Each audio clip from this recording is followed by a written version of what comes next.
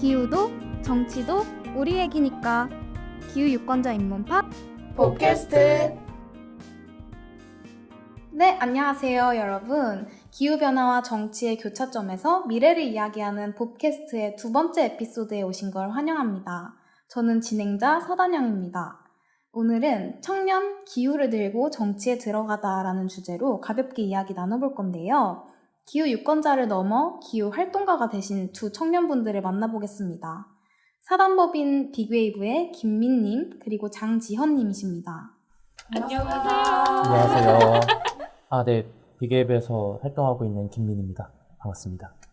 네, 안녕하세요. 저도 빅웨이브에서 활동하고 있는 장지현이라고 합니다. 저는 실명으로 할지 모르고 나름 뭔가 저희 닉네임을 정해야 되나 하면서 고민하고 왔는데 아쉬운 김에 소개해보자면 달달허니로 님? 네. 이 시간만큼은 허니님으로 불러드리죠. 네, 감사합니다. 그럼 먼저 청취자분들께 빅웨이브가 어떤 단체인지 소개 부탁드립니다. 네. 빅웨이브는 청년이 주체가 돼서 기후위기에 대응하는 사회라는 비전으로 이제 활동하고 있는 단체고요. 기후 문제에 관심 있는 청년 누구나 기후 활동가를 부캐로 삼을 수 있는 커뮤니티를 운영하고 있습니다. 그 활동에 대해서 제가 좀 소개를 먼저 드리면 크게는 저희가 세 가지의 활동을 하고 있어요. 첫 번째는 커뮤니티를 운영하고 커뮤니티를 만드는 일이 하나가 있고, 두 번째는 저희가 청년 당사자로서 이런 실질적으로 기후위기 대응에 좀 기여할 수 있는 그 프로젝트들을 하고 있어요. 저희는 그건 플래그십이라고 하는데, 플래그십 관련된 활동들이 두 번째로 있고, 세 번째는 빅웨이브만 잘한다고 해서 이 문제가 다 해결되는 건 아니잖아요. 그렇기 때문에 다양한 기관이나 조직들하고 같이 파트너십을 맺고 또 연대해야 되는 일이 있어서 저희가 파트너십과 관련된 활동들이 있습니다. 아마 대외적으로는 어떤 플래그십이나 파트너십과 관련된 활동들이 되게 많아요. 저희 거기에 같이 이름을 저희가 같이 실어서 하기도 하고, 저희가 좀 주도적으로 캠페인을 하는 경우도 있거든요. 근데 이거를 좀 지배 비유하면은 저희의 가장 기반이 되는 건 커뮤니티예요. 이 안에서 관심 있는 청년들이 처음에 나도 기후 문제가 뭔지 잘 모르고 여기에서 내가 뭘 할 수 있을지에 대해서 좀 찾아가고 싶고 이러는 마음으로 좀 오시거든요. 그러면은 같이 이 빅웨이브라는 커뮤니티 안에서 스스로 좀 주체로서 성장할 수 있도록 만드는 게 이 커뮤니티를 저희가 운영하는 이유입니다. 저희가 청년단체라고 하면 대부분 저는 나이가 몇 살이라서 빅웨이브 회원 가입 못하겠지요? 이렇게 많이 말씀하시는데 저희는 사실 그런 식으로 청년을 규정하고 있진 않잖아요. 어떻게 규정하더라요? 저희는? 제가 물론 나이도 중요할 수는 있는데 나이보다도 저희가 더 중요하게 생각하는 거는 기후 문제가 어떤 구조적인 문제가 있고 그 문제를 해결하기 위해서 나는 어떤 관심사와 문제의식들을 갖고 있는지, 그리고 그거를 요구하는 것을 넘어서서 우리가 스스로 답을 찾아가는 좀 더 주체성에 좀 더 방점을 두고 있어요. 그래서 저희는 청년을 스스로 문제의식을 가지고 스스로 답을 찾아가는 사람, 이렇게 정의를 하고 있습니다. 네, 그래서 나이는 사실 크게 중요하지 않다. 숫자에 불과하다. 네, 그러면 두 분은 처음 기후 문제에 관심을 가지게 된 계기가 어떻게 되세요? 그리고 기후가 결국 정치와도 깊이 연결되어 있다는 걸 느끼게 된 순간이 있으실까요? 저는 학창 시절에 나레이터 성우를 하기도 했고 아나운서로 활동도 했었어요. 어쩐지 목소리가 너무 좋으셨어요. 감사합니다. 종종 목소리가 좋다는 말을 들어왔고 지금 말씀해 주셨지만, 그리고 저도 제 목소리를 퍽 좋아해서 이렇게 아끼고 사랑하고 있었는데 어느 순간부터 갑자기 목에 이제 염증이 많이 시작이 되고 통증이 너무 심해져서 목이 부러워가지고 말이 안 나오는 그런 나날들이 좀 이어지곤 했었거든요. 그래서 이제 여러 날 말을 못 하다 보니까 어느 순간에는 마치 엄청나게 무거운 큰 손병아리가 제 목에 탁 막혀있는 듯한 느낌을 줬고, 그러다가 이제 내가 목소리를 잃어버린 거 아니야? 이런 생각이 들 정도로 엄청 두려운 나날들이 있었는데, 목소리를 잃는다고 생각해보니까 이제 그게 사실은 단순히 목소리가 안 나와를 넘어서서 나를 표현하는 능력이라든지 아니면 세상에 내 목소리를, 나의 존재 가치를 이렇게 내세우는 것에서 멀어진다라는 것과 동의어처럼 여겨지더라고요. 그래서 이제 이래서는 안 되겠다. 제 목을 아프게 하는 원인을 찾아서 다시 내 목소리를 찾고 나의 존재 가치를 찾아야지 라고 생각하면서 이제 조사하다 보니까 그 제 목을 아프게 하는 원인 중에 이제 하나가 석탄 화력 발전소에서 나오는 미세먼지라는 거예요. 그래서 그게 이제 건강상의 문제를 저에게 일으키기도 했지만 이제 그게 더 나아가서는 기후 문제랑도 연결이 되어 있더라고요. 그래서 그때 제가 처음 기후 문제에 관심을 갖게 됐고 제 건강의 문제와 함께 연결해서 그리고 그게 사실 정치 문제로 연결되기도 했는데 이제 놀라웠던 사실은 아마 여러분들도 들으시면서 놀라울 수도 있는데 석탄화력 발전소는 서울에 하나도 없거든요. 그런데 저는 석탄화력 발전소가 있지 않은 지역, 그러니까 멀리 떨어져 있는 지역에서도 이렇게 고통받고 있는데 석탄화력 발전소가 있는 다른 지역에 있는 사람들은 얼마나 피해가 클까라는 생각이 들었거든요, 문득. 그런데 제가 좀 찾아봐도 그들의 목소리는 세상에 들리지 않는 거예요. 이 문제는 굉장히 중요한 문제라고 생각하는데 저의 건강뿐만 아니라 사회적으로. 근데 목소리가 안 들리고 피해가 안 보이는 거예요. 그래서 이 문제를 좀 보이게 하고 들리게 하려면 어떻게 해야 될까 생각하다 보니 그건 정치랑 연결되겠구나라는 생각이 들었었습니다. 내가 원하는 방향으로 좀 사회를 움직이고 싶을 때 내가 찾을 수 있는 수단이 정치이지 않을까 이런 생각을 하게 됐던 것 같아요. 저도 여러 번 지연님 얘기를 들었지만 들을 때마다 조금씩 느껴지는 그 울컥함이 네, 같이 공감이 많이 되는 것 같아요. 저 같은 경우는 대학교 때 이제 지구과학이랑 기후변화를 전공을 했어요. 그래서 처음에는 그거를 사실 기후변화까지 전공할 생각은 없었거든요. 네, 군대 갔다 오고 나서 친구가 너 계속 우리과 전공할 거냐고 다른 거 해보지 않겠냐고 저한테 그러더라고요. 그래서 어떤 게 있어? 라고 하니까 기후변화 관련된 전공이 있다고 그거 한번 신청해서 들어보자고 하는 거예요. 그래서 신청을 했거든요. 근데 그 친구는 다른 걸 신청하고 저만 신청한 거예요. 그래서 그 계기로 그래도 저는 나쁘지 않으니까 친구의 권유로 시작을 했고 혼자 하기는 했지만 그래도 그걸 공부하면서 저희 문제에 좀 관심을 갖게 된 것 같고요. 관련된 전공을 하다 보니까 이제 학교 졸업하고 나서 내가 이 분야를 살려서 뭘 할까 좀 고민을 했을 때 저희 과가 원래는 대부분 이제 대학원에 많이 들어가는 과였어요. 연구하고 또 아니면 논문 쓰고 이런 것들이 많았는데 실제로 기후변화가 일어난 현장이나 아니면은 그런 관련된 뉴스를 보면은 우리나라에는 석사, 박사 이렇게 학위도 높은 사람들도 많고 그리고 연구하는 사람들도 많은데 왜 문제가 해결 안 될까? 그렇다고 우리나라가 가난한 나라도 아닌데 돈도 많은 선진국에 가까운데 지금은 또 선진국이 됐고 그래서 이 문제의 이제 원인은 뭘까라고 생각했을 때 제가 그 당시에 내렸던 결론은 우리가 기술과 돈이 없어서 문제를 해결하지 못하는 건 아니다. 결국은 그건 의지의 문제고 우리가 얼마만큼 이 기후 문제를 해결하는 데에 기술과 돈과 이런 역량을 집중할 것이냐 이게 잘 배분되지 않는 것 같다라는 문제의식이 있었던 것 같아요. 그래서 그 당시에는 이게 정치라고 생각은 못 했었거든요. 그게 어떤 사람들의 인식이 될 수도 있고 제도가 될 수도 있고 여러 가지 뭔가 장애물이 있겠다라고 생각을 했었는데 나중에 보니까 그게 좀 정치랑도 관련이 있다라는 사실을 좀 깨달은 것 같아요. 그 친구한테 고마우세요? 고맙죠. 네, 고맙죠. 어찌됐건 저의 인생에 영향을 주었으니까요. 네. 다시 빅웨이브 얘기를 좀 해보자면 워낙 다양한 활동들을 해오신 것 같은데요. 특히 정치나 정책과 연결되는 부분도 많았을 것 같은데 관련 경험을 소개해 주실 수 있을까요? 청년 당사자로서 이 세상을 바꾸는데 의견을 더하는 활동들은 어떤 거 했는지 궁금하신 것 같은데 저 같은 경우에는 기억에 남는 것이 그 문재인 정부 때 이제 한정혜 환경부 장관이 주최한 행사가 있었어요. 환경교육 관련한 행사였는데 공청회 같은 개념이었거든요. 그래서 뭔가 환경교육이 변화해야 될 것 같고 환경교육에 대한 중요성이 점차 커지는데 그걸 어떻게 하면 좋을까 방향을 잡고 싶다. 그런 관점에서 청년뿐만 아니라 다양한 이해관계자들을 불러서 공청회를 하셨는데요. 그때 제가 초대받아서 이제 청년의 의견을 드리려고 갔었거든요. 그때 이제 환경교육이 그 당시에는 이제 환경이라는 특정 과목으로만 딱 방점이 찍혀져서 그 환경 과목을 가르치는 선생님의 그 수를 늘려야 된다 이런 식으로밖에 논의가 안 되고 있었는데 저희가 그때 얘기한 거는 환경 감수성 내지는 이제 환경 교육이 모든 전반에 영향을 미친다. 그래서 교육 과정에도 전반적으로 다 반영이 되어야 되기 때문에 어떤 특정 과목으로서만 이렇게 중점을 두기보다 교과 전반에 뭐 예를 들어 수학 문제인데도 뭐 온실가스 배출량을 구하는 뭐 그런 수학 문제라든지 하는 식으로 교과 전반을 좀 아우르는 환경 주제들을 늘리자라는 의견을 좀 제시했었고 그 이후에 이제 진행되는 과정에서 그게 사실 많이 반영되어 있는 걸로 알고 있어요. 요즘 얘기가 나오는 기후 교과서의 시초 같은 거네, 어떻게 보면. 그렇다고 볼 수도 있겠죠. 또 궁금한 점이 있는데요. 허니님께서는 운영위원으로서 600명이 넘는 멤버들의 활동을 코디네이션 해오셨는데 이런 점에서 어려운 점은 없으셨는지 아니면 기억에 남는 순간이 있으셨다면 공유해 주시면 좋겠습니다.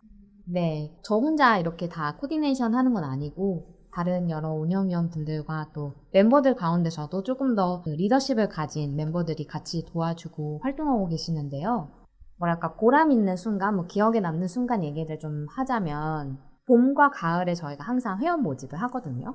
그러면 이제 새로 모집된 회원들을 이제 모아서 오리엔테이션을 하죠. 뭐 빅게이브는 어떤 곳이고 이런 활동들을 했고 이런 활동을 할 수 있다 이런 걸 소개하는 자리를 갔는데 그럴 때 이제 저희가 그냥 뭐 일장 연설하는 시간으로 하면 너무 재미가 없고 들어왔다가도 가입을 막 했지만 다시 나가고 싶을 수도 있잖아요. 되게 바뀌어서. 그래서 좀 더 참여형으로 계획을 하거든요. 항상 가입한 멤버들 그리고 기존 멤버들이 어우러져서 자기는 왜 기후 문제에 관심을 갖게 됐는지 아까도 물어보셨지만 그런 얘기들을 좀 풀어낼 수 있는 자리들을 마련을 하거든요. 그럼 그때 나눠지는 얘기들을 이제 듣고 있으면 너무 다양한 사람들이 너무 다양한 이유들로 기후에 관심을 갖고 어떻게 보면 저는 너무 한 사람이 개인이라서요 뭐 망설여져요 이렇게 얘기하다가도 여기 와 보니까 저랑 비슷한 고민하는 사람들이 이렇게 많이 모여 있으니까 뭐라도 할 수 있을 것 같아요 라는 뭔가 눈빛이 바뀌는 모습을 봤을 때 저는 보람을 많이 느끼고 그렇게 해서 활동을 열심히 하시다가 물론 초반에는 제가 아까도 말했다시피 뭔가 마음은 끌어올라서 왔는데 당장 뭘 손에 잡고 할 수 있을지도 막막하다라고 하는 문제들이 있기도 해요. 그렇지만 저희가 최대한 그거를 잘게 부숴서 자기의 일상과 연결시킬 수 있는 고리들을 좀 찾게 해드리려고 하고 뭐 나름의 가이드들을 이렇게 드리는데 그런 과정을 거쳐서 이제 어떤 프로젝트를 해보신 분들이 자기 효능감이나 이런 것들도 느끼심과 동시에 자기의 새로운 어떤 진로 방향을 설정하시는 경우들도 덜어 있었어요. 그래서 그런 모습을 볼 때 저도 굉장히 뿌듯하고 저도 사실은 이 필드에 계속 있었던 건 아니고 저는 뭐 법학을 전공해서 그쪽에 있었다가 기후 관련해서 아예 내가 생업으로서 뭘 할 수 있는 일이 있다면 좋겠다 해서 넘어온 케이스이기 때문에 그런 비슷한 동료? 동지? 이런 사람들을 만나면 더 응원하고 정말 기후 문제가 바뀌기 쉽지 않다고 하지만 이런 사람들 점점 늘면 바뀌겠지 이런 생각을 하게 되는 것 같아요.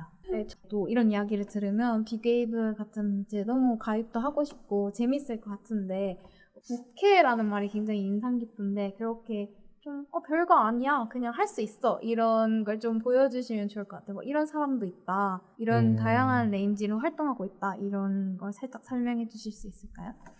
되게 어려운 질문인데 왜냐면은 사람마다 이제 너무 다르니까. 관심을 갖는 주제가 또 너무 다르고 각자 이제 처한 현실이나 이런 게 좀 달라서 너무 진지한 답변을 드리는 것 같지만 처음에 저도 이런 고민을 했을 때는 내가 과연 뭘 할 수 있을까에 대한 고민이 항상 있었던 것 같아요. 내가 이거를 계속 꾸준히 할 수 있을까에 대한 고민이 많았거든요. 근데 제가 지금 빅앱을 하는 이유가 여러 가지가 있는데 그 중에 하나는 여기에 되게 멋지고 좋은 사람들이 많기 때문에 내가 여기에 계속 머무르고 싶은 마음도 있어요. 그래서 여기가 내가 기후위기에 관심을 조금 갖고 있고 내가 거기에서 뭔가 실천하기 위해서 빅앱에 가입을 한 건데 그렇다고 해서 내가 여기서 먹고 싶은 거를 좀 참아야 되고 아니면은 내가 소비해야 될 걸 좀 더 소비를 안 해야 되고 그런 것만이 있는 게 아니라 이 안에서 다양한 사람들과 함께 나 또한 뭔가 더 좋은 사람이 된다라는 생각으로 참여를 하시면 어떨까.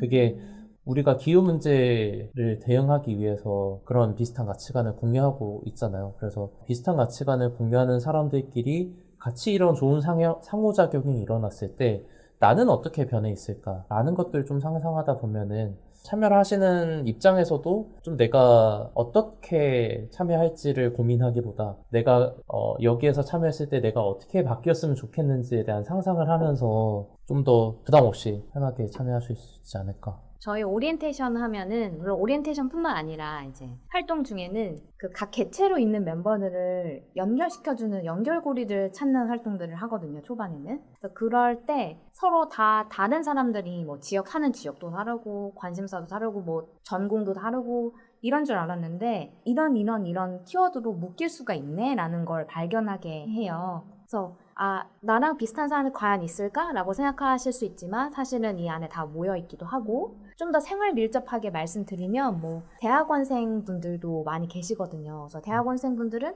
본인이 하는 업이 연구잖아요. 그래서 자기가 하는 연구 주제를 막 공유하면서 앞으로 뭐 자기 이런 연구 고민하고 있는데 그게 기호랑 연결된 것이겠죠. 그래서 어떻게 뭐 조언해 주실 수 있냐 뭐 그런 대화의 자리가 열리기도 하고 아니면 청년 농부라서 자기가 청년 농부하고 있는데 그 관련해서 또 뭐 여러 정보를 나눈 세미나를 연다든지 아니면 그런 뭐 팝업 행사 같은 것들을 진행한다든지 등등 되게 다양한 활동들이 이어지고 있습니다. 민님 같은 경우엔 COP에 참여하셨던 경험도 많으신 걸로 알고 있는데요. COP 이야기를 좀 들어볼 수 있을까요? 저 이거 말하면은 굉장히 고인물이다라는 이제 생각을 하실 수도 있는데 올해가 COP 30이잖아요. 네. 저는 COP 24랑 25 두 번 갔었어요. 네. 24는 폴란드 카토비츠에서 있었던 회의였었고 이게 2018년 그리고 COP 25는 원래는 칠레가 개최국이었는데 그 당시에 칠레 안에서의 어떤 파업하고 시위나 이런 것들이 좀 격화돼가지고 그 스페인 마드리드로 개최지를 옮겨서 그때는 못 참여했었습니다. 잠깐만요. 근데 다들 COP는 다 뭔지 알고 계실까요? 이게 저도 항상 이렇게 보면은 COP 컵 말하는데 그쵸. 그게 되게 뭐지? 막 이렇게 맨 처음엔 저도 그렇게 들었었거든요. 그래서 아마 다들 이렇게 하니까 뭔가 중요한가 봐 막 이러면서 듣고 계시는 근데 나는 몰라 막 이러는 분 계실 것 같아서 설명해 주시면 좋을 것 같아요. 네. 설명할 기회를 아주 자연스럽게 토스해 주셨는데 그 1992년인가요? 그때 이제 유엔에서 세계 기상기구랑 같이 유엔 기후변화 협약을 출범을 시키죠. 그 출범을 하고 나서 매년 협약에 참여하는 국가들, 좀 전문 용어로는 당사국이라고 하는데 국가들이 이제 매년 모여서 회의를 합니다. 그거를 이제 유엔 기후변화 협약 당사국 총회라고 부르고요. 줄여서 COP라고 부르고 COP는 Conference of Parties라는 이제 영어의 약자예요. 그래서 이 파티라는 당사국들이 매년 참여하는 회의라고 보시면 되고요. 매년 이제 그 대륙을 좀 돌아가면서 개최지를 정하고 올해 같은 경우는 브라질에서 열린다고 알고 있습니다. 그래서 COP 같은 경우는 제가 24는 저 원래 전 직장에서 참여했었고 COP 25는 빅웨이브에서 그리고 27때는 저 말고 다른 이제 멤버분들이 참여를 하셨어요. 근데 COP 같은 경우는 가보면은 굉장히 열리는 회의도 많고 참여하는 사람들이 정말 많거든요. 근데 제가 갔을 때 느낀 경험은 기후위기 대응에 여러 강들이 모여서 막 모이는 그런 큰 대양과 같다라는 생각을 많이 했었어요. 그러니까 한쪽에서는 정부 대표단, 당사국들을 중심으로 협약에서 어떤 회의들이 이루어지고 거기에서 어떤 결과물이 나오기 때문에 정부 대표단을 중심으로 하는 협약의 결과물을 도출해내기 위한 논의들이 정말 컨피덴셜하게 진행되는 게 하나가 있고요. 그리고 그 정부 대표단에게 이런 아젠다를 좀 어떻게 보면 반영시키고 뭐 전문적인 연구를 기반으로 제안하는 것들을 주로 하는 싱크탱크나 NGO들이 그 사이드 이벤트나 그 안에서의 어떤 세미나들 이런 것들을 개최하는 공간이 있고 또 아예 회의장 밖에서 정말 거리에 시민들이 모여서 기후 대응의 요구들, 기후 정의를 외치는 그런 활동들도 굉장히 많이 있었거든요. 그래서 회의장 밖 그런 것들을 모두 포함해서 정말 기후위기 대응에서 노력하고 거기서 해결하기 위해서 모이는 사람들이 정말 바다처럼 모여있구나라는 생각들을 많이 좀 느꼈던 것 같아요. 그럼 이런 COP 같은 행사에 참여하셨을 때 청년들의 의견이 실제로 어떻게 받아들여지고 있는지 그리고 어떤 영향력이 있었는지도 궁금하네요. 이거는 저도 좀 위치가 또 그렇고 그러니까 아무래도 상근하다 보니까 이제 지헌님이나 아니면 다른 분들은 뭐 본업이나 학업하고 좀 병행해서 하시거든요. 그래서 상근하다 보니까 제가 어쩌다 보니 많은 기회로 좀 나가게 되는 경우들이 있는데 좀 나뉘는 것 같아요. 2019년을 기점으로 나뉘는 것 같아요. 2019년 전에는 지연님이 말씀하신 뭐 그런 비슷한 이제 결에서 참여할 수 있는 기회가 그렇게 많지가 않았던 것 같아요. 청년들이 이런 정책, 뭐 더 나아가서 맞아요. 정치가 될 수도 있고, 여기에서 우리가 좀 더 주체적으로 목소리를 내고 의견들을 반영하기 위해서 뭔가 이제 하고 싶은데 그럴 만한 기회나 자리들이 잘 마련되지 않은 것들이 좀 많이 있었던 것 같아요. 근데 2019년을 기점으로 뭐라고 해야 될까요? 정량적인 평등이라고 해야 될까요? 최소한의 어떤 참여 기회나 아니면은 청년들의 목소리를 좀 귀 기울이는 분위기가 좀 형성이 된 것 같아요. 근데 2019년이 딱 글로벌 클라이밋 스트라이크가 있었을 때 전후였어요. 그때 당시에도 빅웨이브도 많은 분들이 관심 가져서 많은 분들이 가입하시기도 했었고 활동들이 굉장히 활발하게 많이 진행되기도 했었거든요. 근데 아직도 여전히 정치권에서나 아니면은 정부에서 이런 청년들의 목소리를 듣기 위해서 모이는 자리들에서 여전히 그 뭔가 위계라고 해야 될까요? 또는 청년 이제 당사자들의 어떤 메시지에 말로는 알겠다고는 하는데 이제 정작 실제로 우리가 그래서 뭘 하겠어라는 구체적인 약속이나 행동이나 이런 것까지는 좀 반영시키기 어려운 그런 분위기들이 있는 것 같습니다. 뭔가 현실 감각이 없이 마치 이상만 가지고 얘기하는 것 같은 그런 태도로 저희를 대하시기도 하거든요. 결국에 네, 잘 알겠습니다. 근데 그거는 사실 뭐 반영하기에는 뭐 저러한 이유들이 있어서 뭐 어렵고요. 이런 식으로 좀 저희 말을 더 적극적으로 수용하려는 태도보다는 그냥 좀 한쪽으로 차치해버리는 경우들이 있기도 한데, 그럼에도 불구하고 저희는 이제 그런 자리들에 계속 나가면서 저희들이 얘기하는 게 사실은 그냥 이렇게 뜬구름 잡는 얘기가 아니다라는 거를 데이터나 이런 구체적인 자료들을 제시하면서 얘기를 다시 하려고 하거든요. 그러면 이 사람들이 얘기하는 게 전혀 근거 없는 얘기가 아니구나 하면서 약간 태도를 고치고 저희 말을 좀 더 반영하려는 태도들로 좀 바뀌어 나가고는 있는 것 같아요. 네, 1부는 빅웨이브가 청년 기후단체로서 어떤 활동을 하고 있는지, 그리고 두 분이 기후 정치에 뛰어들게 된 계기를 알아보았는데요. 2부에서는 2030 청년들이 어떻게 기후 정치에 참여할 수 있을지 이야기 나눠보겠습니다. 2부에서 만나요.